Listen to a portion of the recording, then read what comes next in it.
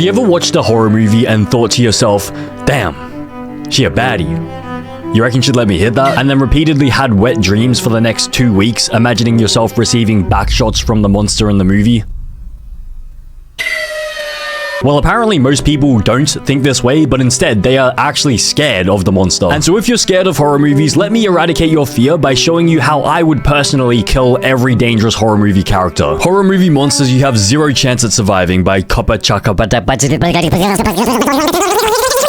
Let's start with something that seems simple. The pale lady from Scary Stories to Tell in the Dark. Kind of a baddie. I mean, I'd still hit it, to be honest. Game is game, although, like, I don't even know whether I'd be able to get it up. I'd probably need some, what is it called, like Viagra? You're probably thinking, oh great, another slow-walking ghost lady, just run the other way. I mean, that's horror 101, right? See spooky thing, run away from spooky thing. But here's the thing. The pale lady doesn't play by your rules. She doesn't need to chase you because she's already everywhere you're gonna run. Think about it, she literally controls the space around you. Every hallway leads back to her, every door opens to her, every turn brings you face to face with that cute smile. The very fabric of reality becomes her weapon. Just break through a wall, you say? Well, good luck with that when she's warping reality itself. This isn't your standard ghost that you can outsmart with salt circles or ancient prayers or Scooby-Doo magic shit. The pale lady turns the very concept of escape against you. You can't fight what you can't comprehend, and she operates on a level that makes your basic understanding of space and time completely useless. I'm not gonna lie, I've never heard of this monster before, but I sort of understand what her sort of, superpowers are. So I think she can just literally be everywhere, so like sort of teleportation, so you can't really escape her. But I mean, my first thought is that, like, why would you need to escape her if, like, she's not gonna hurt you? Because no offense, but, like, she kind of looks a little bit, like, overweight. And so what is she gonna do to me? Like, what's the worst thing she can do to me? Like, is she gonna eat me or something? What makes her truly terrifying isn't just her appearance, though that smile will haunt your nightmares. And that figure. It's the absolute certainty of your encounter. She doesn't just kill you, she makes you walk right into her arms like a warm, embracing hug, and then you get absorbed into her, which is kind of weird. Okay, so it turns out she does eat you. So I guess the strategy is to just avoid her, but like it's impossible to avoid her because she can control everything. She can teleport everywhere. But the thing is, you only get absorbed through the front. You only get absorbed if she hugs you from the front. So that means, why not turn her around and just give her back shots? I think that's the solution. You just give her violent back shots and then that should do it. Because it's not like she can like wrap her arms behind her and like absorb you. As long as you just keep giving her back shots, you just don't stop, I don't think she can do anything to you. It's literally like getting the choice of 3 doors, but all of them end in your doom. Let's talk about that walk. She doesn't rush, doesn't run, she doesn't even need to. That slow, inevitable approach is psychological warfare at its finest. But is it though? Like, that just puts her at a disadvantage. If she's walking really slowly, that means I can just easily just get around her and then get behind her and just like proceed to give her the back shots. Your brain has time to process exactly what's about to happen, but can't do anything about it. It's like having sleep paralysis, except you're wide awake and your legs are working just fine. They're just taking you exactly where she wants you to go. Sure, you could try cardio, maybe train for a marathon, hit the gym, become the next Olympic sprinter, yada yada, but when reality itself is working against you, your Fitbit stats aren't gonna save you. Well, I mean, they could save you because all you need is like a burst of like agility. You just need like a really quick like first step. Isn't it like a FIFA like stat or something? First step or something? You only really need like 5 quick steps to get behind her and just like, give her the back shots. The pale lady isn't just a monster. It's a reminder that sometimes the scariest thing isn't what's chasing you. It's the realization that you were never in control to begin with. She doesn't just kill you, she makes you understand with every step that escape was never an option. But if you think being trapped in an endless corridor with your ex is bad, wait until you see what our next monster does to the very concept of reality itself. Speaking of reality-bending horrors, let's talk about the Rituals monster. You know, that massive antlered forest god that's basically what would happen if Norse mythology had a nightmare. Actually, scratch that. Since writing that in my script, I looked up Norse mythology. It's all a nightmare anyways. This is pretty par for the course. And before you say, just stay out of the woods, good luck with that when the thing can literally get inside your head and make you walk right into the forest. Think about every survival skill you've learned from watching horror movies. Running, this thing owns the entire forest. Every tree, every shadow, every path is its playground. Hiding, it can make you see whatever it wants you to see. Your perfect hiding spot probably doesn't even exist. Fighting back? Dude, come on. Try throwing hands with an ancient deity that's been collecting sacrifices since before your ancestors figured out how to make fire. But what if I just... No, stop right there. This isn't your typical woodland critter that you can just outsmart with some clever traps or avoid with a GPS. This thing doesn't just hunt you physically, it psychologically dismantles you piece by piece. It reaches into your mind, pulls out your deepest traumas, and uses them as bait. Imagine trying to escape while constantly reliving your worst memories and traumas. Okay, once again with this monster, I've never heard of this one before. Is this really a horror movie? What movie is this one from? So from my understanding, it looks like it's just like a deer, like what is it, like a moose? But the moose is also like the whole forest. So it's basically like a bit of a, like it's sort of like a god, a demigod, but he can also, you know, make you schizophrenic, make you see things. So I'm not gonna lie, this would definitely be hard. But the thing is, like, if it's like the forest, and if like the forest is technically part of its body, like, can't you just burn the whole forest down? Like, I know maybe, you know, environmentalists, they won't be happy with that, but if it's like a life and death situation, surely they'd understand. Also, it's a moose, and so can't you just like, you know, like shoot it? Like, don't moose get hunted and stuff? Like, you wouldn't even need to worry about like hiding or anything, or like you wouldn't need to worry about like the psychological, like schizophrenic stuff that it's gonna be doing to you. Can't you just burn the forest and then just shoot it in the head with like a hunting gun, like a rifle? You'd be unable to trust if what you're seeing is real or just another trick. Your own mind becomes a maze you can't escape from. But that's not even the worst part, because let's talk about its followers, because nothing says you're absolutely screwed quite like an ancient cult that's been keeping this thing fed for centuries. These people have turned survival into a religion. And guess what? You're not the survivor in their story. You're the sacrifice. They've got home field advantage, generations of experience, and the backing of a literal forest Norse god. Your weekend camping trips and that one time you went hiking, that's like bringing a water pistol to nuclear warfare. But the worst part, this monster doesn't just want to end you. It wants to break you. It wants you to understand your place in the food chain. You're not just dealing with some mindless beast. You're up against something that's been perfecting the art of horror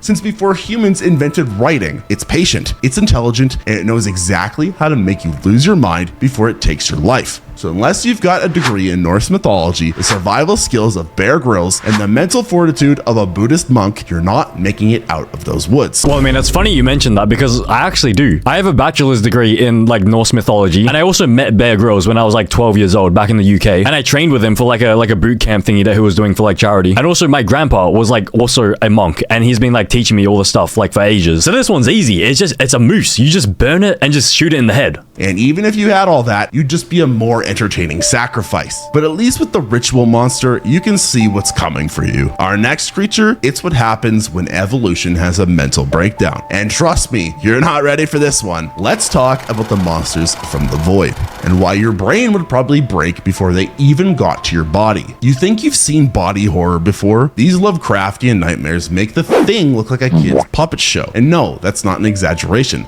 These things literally reshape reality like it's Play-Doh. Just shoot them. I hear you typing in your comments. With what? Your human weapons against creatures that literally don't operate under the laws of physics? These things aren't just from another dimension. They're walking middle fingers to reality itself. Your bullets might as well be spitballs against beings that can turn your intestines into tentacles and your skin into a doorway to hell. And trust me, that's not even the worst thing they can do to you. And then let's talk about the cult that worships them, because apparently these cosmic horrors come with their own fan club of humans who've completely lost their mind. But here's the truly terrifying part. The cultists aren't crazy. They've just seen enough to understand how insignificant we really are. When you're face to face with something that makes reality its plaything, madness starts looking pretty reasonable. The cultists aren't the real monsters here. They're just a preview of what's coming. Okay, once again, I've never watched this movie before. What are these like famous movies? Like how haven't I watched these? So it looks like the monster is just like a disfigured human, and so yeah, bullets won't work against them. But why is the KKK in here? It's like the KKK mixed with like Squid Game. It's got like the triangle on it. So we have a KKK Squid Game hybrid and a disfigured human monster. But I mean, I don't know how I would kill this one. I think I need more information. I need to learn the weaknesses. The real nightmare isn't just what these creatures can do to your body. It's what they can do to your understanding of existence. Every rule you thought you knew about how the world works, gone. The laws of physics, more like suggestions. Your own body, just clay for them to reshape into their own twisted art project. And they get quite creative. Imagine Picasso on acid with the power to remake flesh. Sure, you might think you're tough. Maybe you've got military training, maybe you're a survival expert, maybe you've got a really big frying pan. But what's your contingency plan for when your own arm decides to grow eyes and start speaking in 7 different tongues? What's the survival strategy for when the wall behind you suddenly becomes alive and hungry? There's no survival guide for dealing with entities that treat our dimension like a personal playground. The worst part, you can't even go insane properly. These things keep you conscious enough to experience every moment of your transformation. You don't get the mercy of losing your mind. You stay aware as reality itself turns against you. They want you to understand exactly what's happening as they unmake everything you thought was real. Okay, so I think I have a better understanding of what this is. So I think it just basically turns your body into a monster, sort of like Mahito from JJK. Yeah, it's sort of like how he can like turn people into like these sort of monsters. But how did they kill Mahito? I can't remember. I think for this monster, the only thing I can think of is maybe you just tell it to stop it and then like, you know, seek assistance from a responsible adult. But as cosmically terrifying as the void creatures are, at least they're obvious about being monsters. Our next nightmare, it wears a human face, and that might be the scariest part of all, because sometimes the worst monsters are the ones that could have been human. So speaking of monsters wearing human faces, let's talk about the mother from Barbarian. And before you say, oh, it's just a mutant in a basement, let me explain why this creature is a masterclass and why you're absolutely fucked. It's just a mutant in a basement. Okay, I've never watched this movie. I don't know what this person is. The Mother Barbarian? If you thought your mom was overbearing, buckle up. This takes helicopter parenting to a whole new underground level. Think you'll just avoid the basement? Ha! That's cute. The mother has turned an entire network of underground tunnels into her playground. We're talking about a labyrinth that would make the Minotaur jealous, except instead of one monster, you've got something that combines superhuman strength with the most twisted version of maternal instinct you've ever seen. So it's literally just a mutant in a basement. It's just a mutant in the basement. I mean, the solution is just don't go down into the basement. Just let it be. If you can't exterminate it, just leave it down there. It's not like it's gonna crawl out, can it? Your therapist is not gonna be able to help you with these mommy issues. But I'd just fight back. Yeah, good luck with that. The mother isn't just strong. She's generations of inbreeding and survival distilled into pure nightmare fuel. Wait, did he just say inbreeding? What is this Alabama horror movie? You know how mama bears are terrifying when protecting their cubs? Now imagine that strength amplified by decades of underground evolution mixed with human intelligence and completely unrestrained by any moral compass. This isn't the kind of mother you can just send to a nursing home when she's getting too crazy. Here's what makes the mother truly terrifying. She doesn't just want to kill you, sometimes she wants to care for you. And trust me, that's a lot worse. I mean, that's not too bad, is it? Like, you have like a mummy, you just like bark for mummy, like milkies, all that stuff. This would be heaven.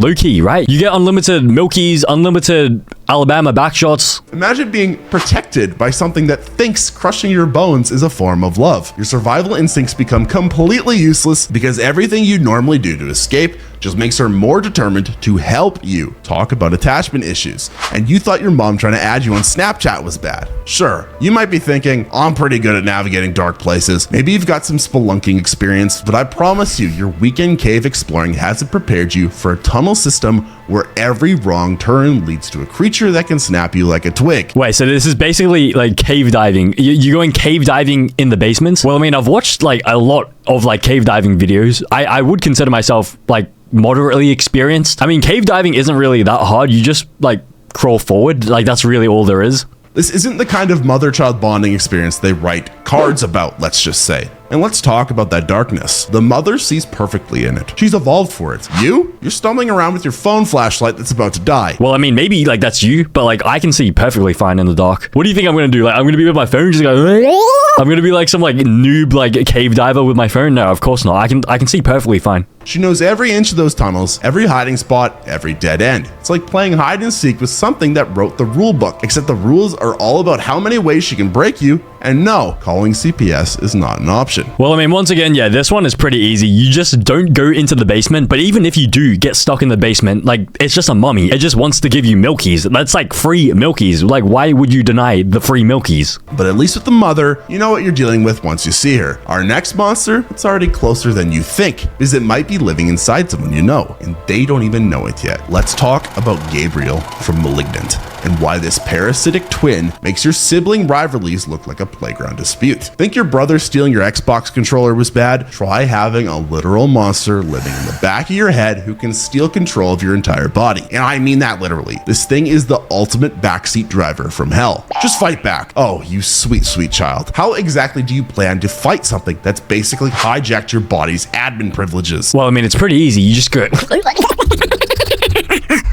Oh, okay, yeah, maybe that won't work. Gabriel isn't just some tumor with an attitude. He's a parasitic twin who turns your body into a murder puppet with superhuman strength. We're talking backwards running at sprint speeds, spine-breaking acrobatics, and the kind of flexibility that would make a contortionist say, nah, I'm good. Damn, look at that guy out there. That is, right. Imagine the back shots. Imagine being forced to do parkour against your will. 1 minute you're chilling on your couch, scrolling some TikTok, the next you're running backwards faster than Usain Bolt while your spine's doing interpretive dancing. Not exactly the kind of core workout you were planning, huh? Your Fitbit would have an absolute meltdown trying to track this. But here's what makes Gabriel truly terrifying. He's always there, just waiting. You can't block his number, you can't ghost him, and you definitely can't get a restraining order. It's like having the world's worst roommate, except they live in your skull and can take over your Netflix account. But the thing is, it's not gonna kill you. It's just using you as the host, right? So there's really no danger. Like maybe like you would end up accidentally killing someone else because it's like in your body, but it's not gonna kill you. So it's like not dangerous for you, right? Unless it like damages your body so much that it like hops into like a new host. Trust me, Gabriel's watch list is nothing but horrible snuff films. And let's talk about his fighting style. This isn't your standard throw a punch, dodge a kick kind of fight. Gabriel turns your body into a human Swiss Army knife of horror. And you think you're tough because you did a few MMA classes, or you decided to pick up boxing because you like Logan Paul or something? Try fighting someone who can fold themselves into a human origami murder machine.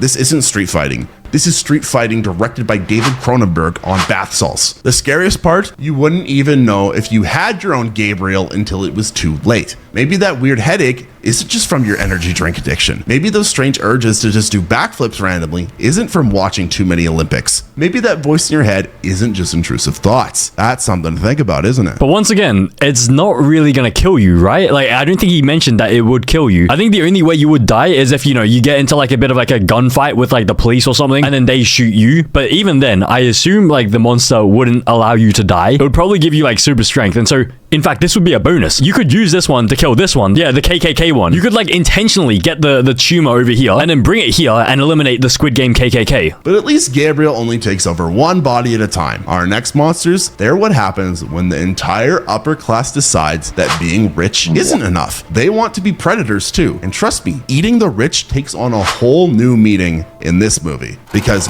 we gotta talk about the 1%, the socialites from society. Society! Get your jokes out already. I know what you're gonna say. This has nothing to do with the Joker. These monsters prove that eat the rich works both ways. You think wealth inequality is bad now? These trust fund babies don't just want your money. They want to literally turn you into their next juice cleanse. And I'm not even talking metaphorically here. Just avoid rich people. Yeah, because that's totally possible in late stage capitalism. These aren't just your standard Instagram influencers flaunting their sugar daddy's credit card. These are shape-shifting elites who've been running the world's longest running dinner party. Imagine if the entire cast of Desperate Housewives could melt into flesh-eating blobs and absorb you for nutrients. Okay, I've never seen this movie, but it just seems like a bunch of old people just eating you like a cannibal. But the thing is, like, these are old people, so like, bro, you just go for the knees. You can just buy a metal baseball bat, just destroy their knees, just crush their knees, and then you just keep like smashing the knees even like beyond like broken. And then when the kneecaps are like, fully crushed into like dust, you can just go and then it will give you the strength to fight back and eat them, maybe. What makes the socialites truly terrifying is how they've turned the whole system into their personal kitchen. They don't just have money, they have influence, connections, and enough power to make you disappear faster than your ex's text messages after they break up with you. Think about it. When was the last time you saw a billionaire actually face consequences for anything? Well, I mean, Epstein, Diddy, there's probably some more as well. Sure, you might think you're safe because you shop at Target instead of Gucci, but these monsters have turned social climbing the ladder into an all-you-can-eat buffet. That LinkedIn connection request from the CEO, that's not a networking opportunity. That's a dinner reservation. And spoiler alert, you're not getting the job. You are the job. And the position is the roasted turkey on Thanksgiving. Let's talk about their feeding process. They call it shunting. Remember that scene in your high school biology class that makes you queasy? These people don't just eat you. They turn you into human fondue do at their Twisted Country Club adult fun time parties, if you catch my drift. Your credit card debt might be sucking you dry, but at least it's not literally turning you into upper class soup. The worst part, they've been doing this since before your great-great-great-great-grandpa was a twinkle in someone's eye. But once again, they don't really seem like dangerous. It's not like they have any weapons or superpowers. They're just cannibals. Cannibals, like, they exist in real life. It would just be like a whole bunch of like old, stinky, sweaty Jeffrey Dahmers. And so I'm pretty sure for this one, you could just use a gun. I'm pretty sure a gun is like actually a valid method for how you would like kill this monster. Every market crash, every housing crisis, every time your rent went up, that wasn't just the invisible hand of the market. That was the socialites getting the munchies. They're not just eating you, they're digesting the entire socioeconomic ladder, one tax bracket at a time. But at least the socialites, you can try to stay poor and off their radar. Our next monsters, they don't care about your bank account. They just care about whether you can keep quiet. And spoiler alert, you definitely can't. Now let's talk about the monsters from A Quiet Place and why your loud self wouldn't last 5 minutes in their world. Okay, finally, a monster that I've actually seen. Okay, so this is the first monster I've actually heard of in this entire video so far. And so I already know how I would kill these ones. So first of all, yeah, of course, you need to be extremely quiet because, you know, they'll be able to kill you if they hear you. And second of all, they're blind. Like, they literally have no eyes. So as long as you stay quiet, if you have some sort of weapon, you can just kill them silently and they won't know what is hitting them because they're literally blind. And so, you know, maybe a gun could work, but yeah, you'd probably need something more powerful than that. And so I'm sort of thinking, like, why don't you just use one of these? This should do the job, I think. And they won't even see it coming. And as someone with Tourette's, let me tell you, I'd be the first one to go. These things can hear you blink too loud from a mile away. And I'm over here yelling random noises like, like it's my job. I remember as a kid, I'd be trying to sit quietly in class and I just couldn't do it. It didn't make any sense to me. Why can I not just be silent? And then I become an adult and I realized, oh, that's why. But for me, it'd be game over before it even starts. I wouldn't make it past 3 years old. Just be quiet. Oh, you sweet, sweet child. Can't even watch Netflix without the subtitles. And I'm literally a human noise machine. These creatures don't just hear well. They've turned the entire planet into one giant game of Deadly Simon Says. Except the only rule is shut up or die. I mean, is it really that hard to be quiet? I mean, you'd have to learn sign language, but then like if you don't have any friends and if you don't have like a girlfriend or a partner or anything, then you have no one to talk to. And so you wouldn't talk anyways. And so I wouldn't need to talk to anyone. Like there is no one for me to talk to. Anytime I would do something, it would basically be a dinner bell for these things. Come and get your free meal, now with sound effects. Let's break down why we're all absolutely screwed. First off, do you have any idea how many involuntary sounds your body makes? Sneezing, coughing, stomach growling. Well, I mean, first of all, I don't sneeze because Sigma males do not sneeze. Also, I don't cough because Sigma males don't get sick. And also, my stomach never growls because I'm not homeless and hungry. And that's just normal people. Me, I'm like a one-man band of random noises. Got allergies? Dead. Sleep apnea? Dead. Random urge to shout pickle in the middle of hiding? Dead, dead, dead. Farting in your sleep? Dead. Sure, you might think you could adapt. Maybe you know some sign language. Maybe you're good at being stealthy. But let me ask you this. Have you ever tried to step on a Lego in complete silence? Because in this world, that would be the difference between life and death. I mean, I definitely could do that. I remember there's a scene in Adventure Time where Jake does something similar.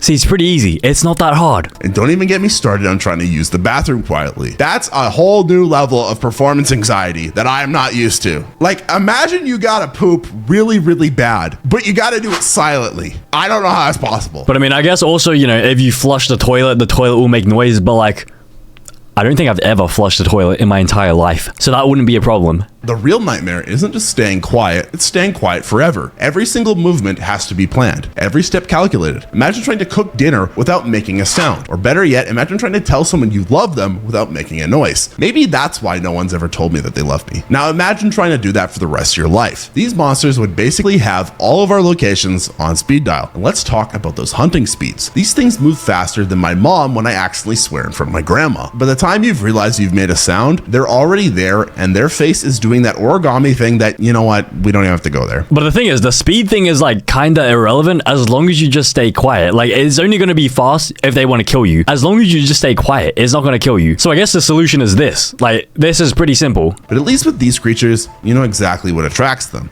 Our next monster, it doesn't just hunt you, it makes you relive your worst memories while it does it. And trust me, this one's gonna make you wish you were just dealing with super hearing monsters. Let's talk about the bear from Annihilation, and why this isn't your average picnic basket thief. You think regular bears are scary? Boy, this one's got a built-in Bluetooth speaker playing nothing but death screams. And not just random screams. We're talking about your friend's last moments on repeat like the world's most traumatizing TikTok sound. Just climb a tree. My brother in Christ, you are not that guy. Have you seen a regular bear climb? They're basically furry rockets with claws. Wait, did he say they're furry rockets? Are they furries?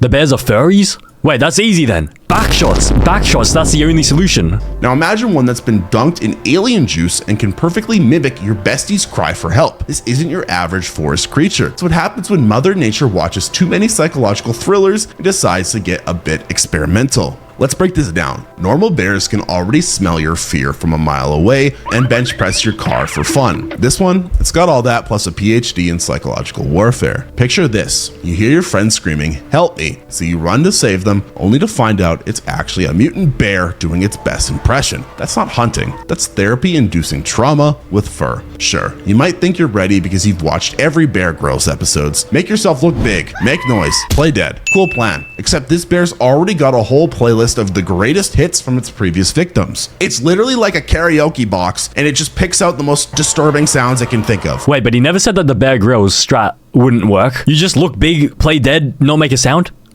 Would that not work? Because at the end of the day, it's still a bear, isn't it? Yeah, you can beat them in a boxing match because as soon as the bell is rung, the bear would bite you and maul you, but biting is not allowed in boxing, and so the bear would be disqualified. The worst part isn't even that it'll kill you. It's that it'll make you famous for all the wrong reasons. This thing is basically running nature's most twisted podcast, and you're about to become the next episode. Your final moments? Just another sample in its mixtape. Except this mixtape is not fire. It's deadly. And let's talk about how beautiful this thing looks. This isn't your average chunky boy who's gotten into too many honeypots. This bear looks like someone described a grizzly to an AI that was only trained on heavy metal album covers and bad acid trips. It's what happens when evolution says, you know what would make bears worse? Everything. But I mean, it just looks like a regular bear, and so wouldn't you just deal with this the same way as you deal with like a regular bear? I'm pretty sure guns work pretty decently against these bears, and also you can just use a tranquilizer gun as well. I think that works pretty well. But at least the bear keeps its horror on solid ground. Our next monster, it turns the sky itself into a death trap. And trust me, after this, you're never gonna trust a cloud again. Let's talk about Jean Jacket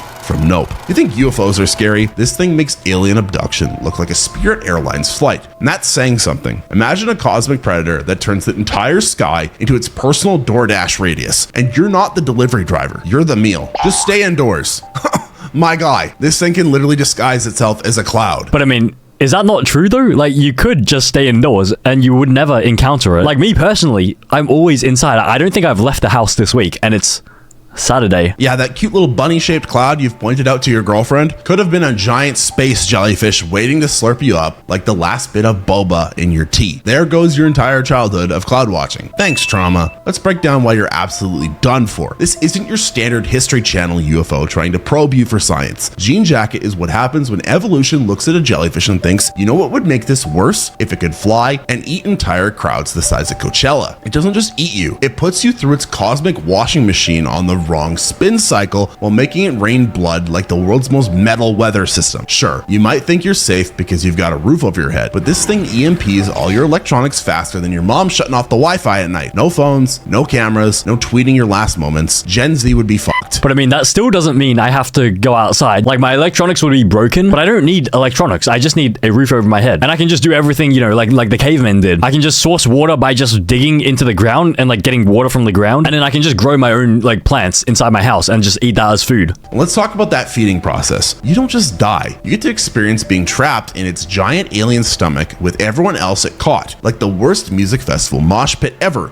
Except instead of crowd surfing, you're just surfing through other people's remains. It's basically a cosmic water park where every slide ends in digestion. The scariest part, it's patient. This thing will just chill there, waiting to turn your backyard barbecue into its personal Uber Eats order. Planning an outdoor birthday party? That's not rain that's about to ruin your cake. That's Jean Jacket deciding your whole party looks like an appetizer sampler. But at least with Jean Jacket, you can see your doom coming, even if it's pretending to be a cute little cloud sheep. Our final monster, it's already in your head. Wait, so that was literally that monster. It's just a floating jellyfish in the sky that looks like a cloud. That one's hella easy. You just stay inside. And even if it does manage to eat you, like, and you're like inside its stomach and like just surfing around there, can't you just bring some like extremely like spicy chilies or something with you into the stomach? And then once it digests like the chilies, it would just do like explosive diarrhea. And so it won't even like digest you. It would just like excrete you straight out. And then also maybe the chilies will kill them depending on like what chilies. Like if you use the Pepper X. Okay, I've never heard of this one. It has a Guinness World Record. Okay, so yeah, so I think this one could kill it. Our final monster, the one that makes all the others look like a Sesame Street episode, the language zombies from Pontypool. You may not know about this movie, but you're gonna wish you don't after watching this. You know how your mom said words can't hurt? Well, these ones don't just hurt. They literally scramble your brain like an egg in a blender and turn you into a murder-happy zombie. Just don't talk. Bro, you can't even go 5 minutes without checking Twitter. The virus isn't just in talking, it's in understanding the English language itself. That's right. The language you're using right now to think this guy is stupid is exactly what's going to turn your brain into zombie soup. Even your inner voice saying, bruh, isn't safe. Try not thinking in English. Go ahead. I'll wait. Yeah, that's what I thought. Wait, I don't get it. So the weapon of this monster is words? So if you think a word or if you say a word, then you turn into like a zombie? Let's break down why this is peak we're all screwed territory. You can't run from it. You can't fight it. You can't even think about fighting it without risking infection. It's like having a virus that spreads through understanding itself. The moment certain words click in your head, boom, you're done. It's basically Duolingo's evil twin, except instead of passive-aggressive notifications, you get actual death. Sure, you might think, I'll just learn another language. Right, because you've been so successful with those 3 years in high school Spanish. Most of us still point at menu items like cavemen, and now you're gonna become fluent in Korean overnight? Good luck with that speed run while English is trying to delete your brain. Wait, but what is the monster? Is there a monster or is it like an abstract sort of concept? The real nightmare? You can't even warn anybody. Every attempt to explain the danger just spreads it faster. Imagine trying to tell someone their shoelaces are untied, but saying shoelaces makes their feet explode. That's the level of messed up we're dealing with. Even this video would be lethal in that world. I'm sorry, I guess. But here's the kicker. You never know which words are infected. Having a nice chat about the weather. Congrats, you're patient zero. Trying to order at McDonald's? Well, the ice cream machine isn't the only thing that's broken anymore. Now it's your brain too. It's like playing Wordle, where every wrong guess turns you into a zombie. Okay, so basically it's like a virus sort of. It's like an illness, but then you don't know which words are like the ones that can actually do damage. And that's why out of all of these monsters, the language zombies are the most terrifying. Because right now, as you're watching this, you're using the very thing that could kill you. Sleep tight tonight. Okay, so I think I understand what this monster is. Okay, so how are you gonna kill this one? So I think he suggested one good option, which is, you know, learn another language. But like realistically, if like English is your only language, it's gonna be hard to learn like a different language extremely quickly. But I guess you could also use like sign language. I think like sign language is pretty easy to pick up, I think. But I think the illness and like the disease, the word disease, only spreads when like one of the word zombies like speaks to you. So why don't you just like gather all of the word zombies, like you gather them up into like a little like a cage, and you just keep them there, and like they're just not allowed to like speak to anyone else in society. Isn't that how we control like illnesses, like actual diseases in the world? But I mean also like potentially backshots could also work in this situation, because once you gather them all up into like the cage, maybe if you give all of them backshots, it will sort of reverse like the zombie infection in them.